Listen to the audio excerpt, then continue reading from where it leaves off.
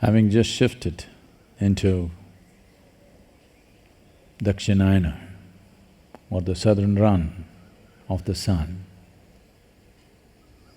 or the relationship between the planet and the sun, has moved into the southern mode.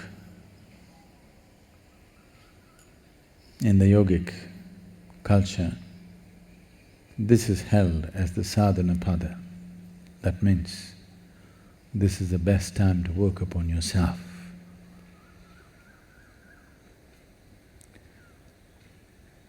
And the end of the month is Guru Purnima.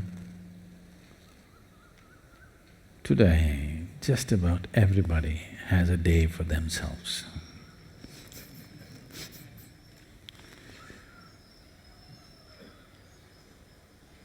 There are pet food days, there are bubble bath days,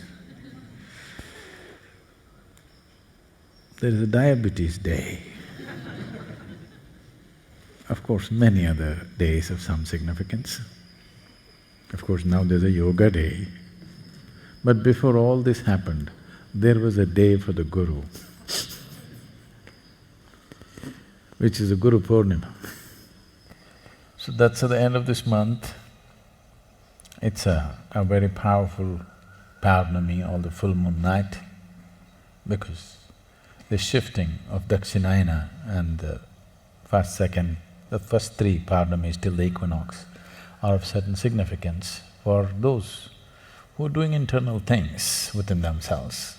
So this Guru Purnima is a reminder that for the first time, a being of immense possibilities and capabilities took this step of wanting to share. Not by his own will, he was kind of conned into it.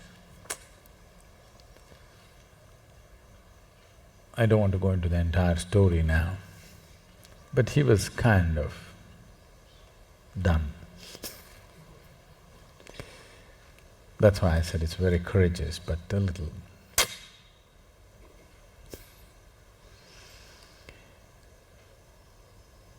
So here we are.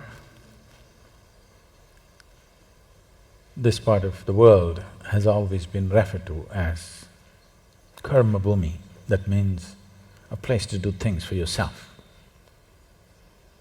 where you can take your destiny into your hands. It's not that in other parts of the world you cannot do it, you can. It's just that here, because of certain natural forces, there is an added support and advantage which people made use of for millennia and built structures and instruments through which it could be enhanced. And in the same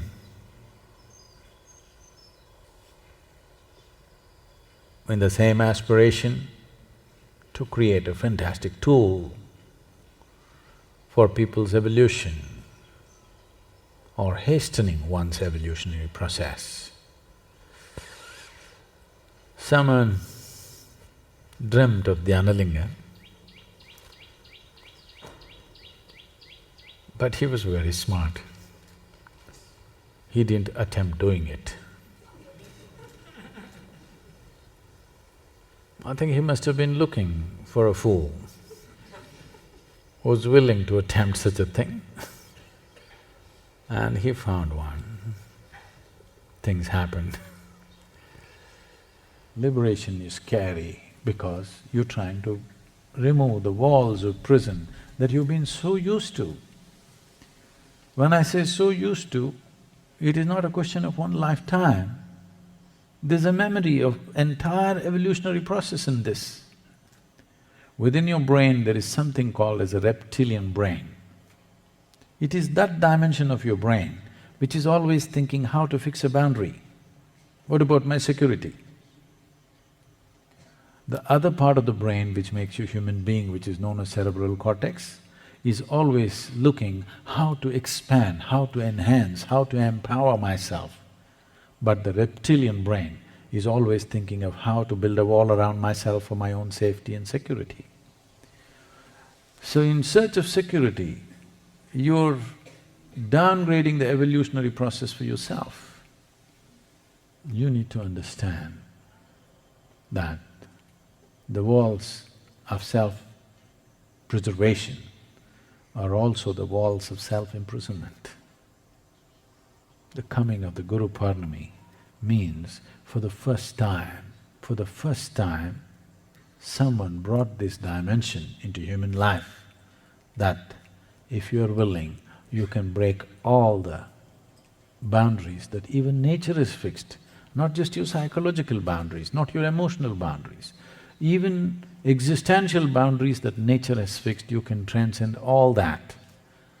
So, the Guru Purnima or the day of the Guru can also be remembered as the day of liberation, because the possibility of liberation for the first time was opened up for human race.